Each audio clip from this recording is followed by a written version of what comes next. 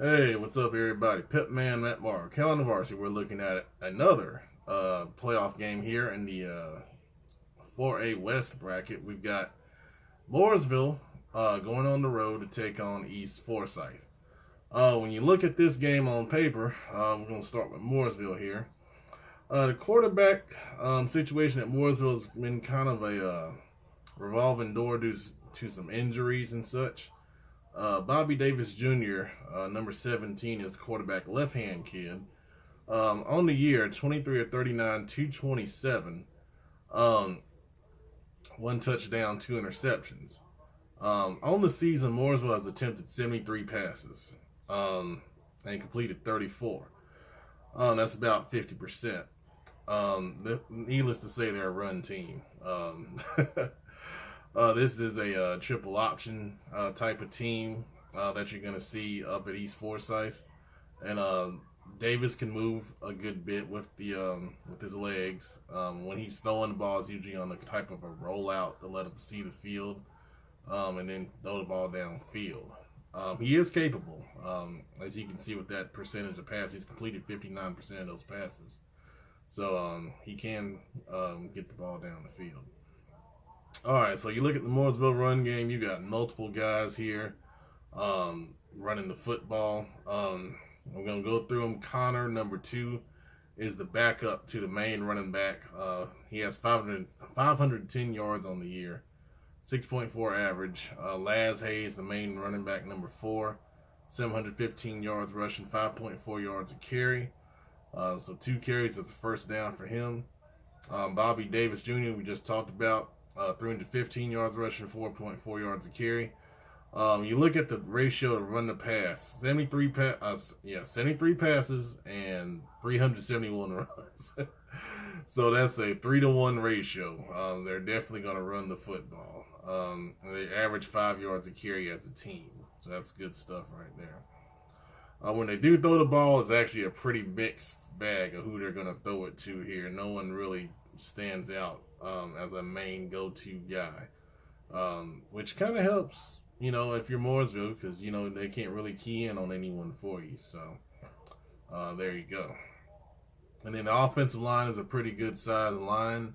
The big left tackle is an ACC recruit offered by Florida State and a couple of other schools. They like to run behind him a good bit. The other guys are good sized kids too, so they can get after it when they get that run game going. Defensively, Mooresville has some guys that you need to look out for. You look at the numbers here. Storm Monroe, linebacker, really talented kid, 132 tackles on the year. Then they've got some other guys here in the hundreds. They've got Wyatt, number 34, has 121 tackles on the year. And then Mort, number 20, has 102 tackles and 12 tackles for loss. So there's some kids there that can definitely make tackles. And they got 2 guys in the secondary you got to watch. Martinez, free safety, is committed to UNC Charlotte. He's got 72 tackles on the year. And then Jaleel Johnson, as far as coverage goes, he's the main cover corner there. 55 tackles on the year, number 21. Both of those guys are seniors. Rushing the passer, they don't have anyone that really stands out. They got a couple guys with 5 sacks, and that's Mort and Monroe, the guys we just talked about. Interceptions wise, Martinez and Johnson, we just talked about, both have 2 picks on the year. Overall, when I saw this Mooresville team, I saw them against Huff earlier this season. They're actually a good-looking team. When you just look at them warming up, they got size and they got some athletic ability. But when your quarterback situation isn't stable, it makes it hard to try to build some consistency offensively. And then defensively, I think the big thing with them is they got a little bit of youth in some places, and then I think depth overall. I think they're a young team overall, and that hurts you at times when you're going against teams in the IMEC, which is one of the best conferences, if not the best conference in the state. All right, so you jump over to East Forsyth, a really, really good program led by Coach Willard for so many years up there. Took that program from the lowest of the lows and turned them into a perennial playoff team and title contender year in and year out. Offensively, they're led by the quarterback Mullins, who's 125 for 201, 1,714 yards, 13 touchdowns, 3 interceptions. He's a senior. As a senior quarterback, you don't want to make mistakes, and you see that ratio of TDs to picks. He's very smart with the football, averaging 155 yards passing a game. Then you look at the run game here. The main guy here is Maxey, number 17. He's a senior. 857 yards rushing. That's 6.6 yards a carry. That's really good average. And 13 touchdowns. He's their main threat for sure here. Mullins is not a dual threat guy. He doesn't have a lot of rushing yards on the season. And then the other guys are backup guys. You see Chaplin here, number 3, is a sophomore. He does average 6.8 yards a carry, which is good. And then Marshall, a sophomore, also averages 5.7 yards a carry. So they got some guys that can run the football. You look at the ratios here. They've thrown the ball 224 times and they've rushed it 348. So they're a run-first team, but you can see they try to be pretty balanced by mixing in the pass. So they keep you on your toes as a defense. You look at their receivers. They got 2 guys that really stand out. And I wonder if these guys are brothers. They're both last names Hall. Number 4, Hall is a senior. 37 catches for 362 yards. 2 touchdowns. And then number 13, Hall, is a junior. 31 catches, 515 yards, and 6 touchdowns.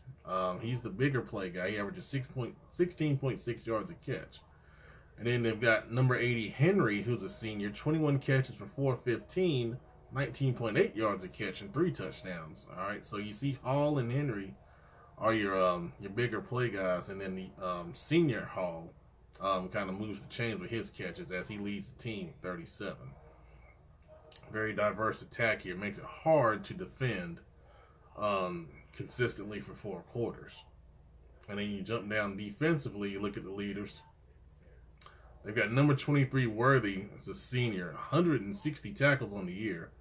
18 tackles for loss. Wow, those are good numbers there. And then they've also got number 19, Nugent, who's a senior. 88 tackles on the year, 18 tackles for loss. Some good numbers there defensively. And then you got seniors leading your defense. It's always a good thing for sure. They've also got a junior here, Motzinger, number 50. 101 tackles on the season. So these guys really tackle the football well. And that's a good sign of a defense that's well coached and they get to the football. Sack-wise, Clenard has 7.5 sacks, number 28. And then Nugent, we mentioned earlier, also has 7 sacks. Those are your guys you got to key in the passing game. And Nugent especially has 13 hurries on the year. Very good stat keeping at East Forsyth. Definitely appreciate that. Then the secondary, you'd be remiss if you don't mention number 2, Martin, well-known player. He's a junior. He's got 4 interceptions on the year, 6 passes defensed also. And then Baker's a junior, number 10, 3 interceptions on the year, but he's got 15 passes defensed. All right, so those are some good players in that secondary for East Forsyth.